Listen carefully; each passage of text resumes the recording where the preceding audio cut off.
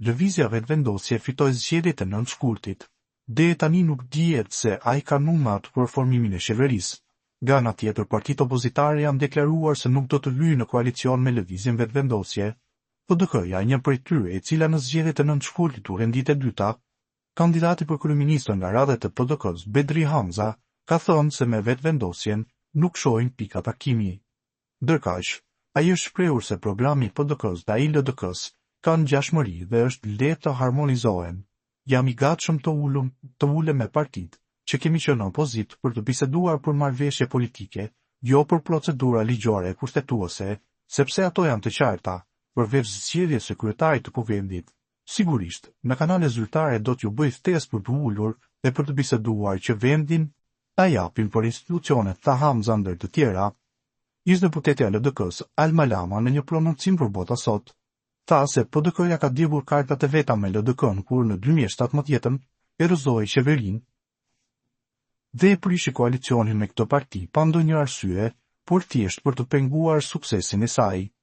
Kjo lloj sjellje në politikë ka pasoja dhe besoj se elektorati i LDK-s nuk e preferon një koalicion të tillë, së paku pa i kërkuar falje, pra nuk është çështje programesh, por e sjelljes politike me partnerët qeverisës, shprehet Lama për Bota Sot.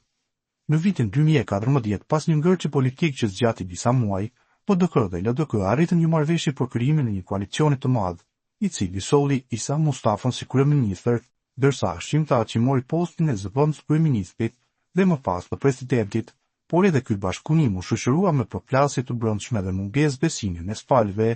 Kurse kriza më e madhe mes këtyre dy partive ndodhi në vitin 2017, kur PDK vendosi të rrëzojë qeverinë Mustafa përmes një mocioni mosbesimi, duke shkaktuar zgjedhje të parakohshme. Ky veprim u konsiderua nga LDK-ja si një tradhti politike, pasi PDK prishi koalicionin pa ndonjë arsye të qartë programore, por thjesht për të bllokuar suksesin e partnerit qeverisës. Kjo ndërhyrje solli pasoja të mëdha në skenën politike kosovare.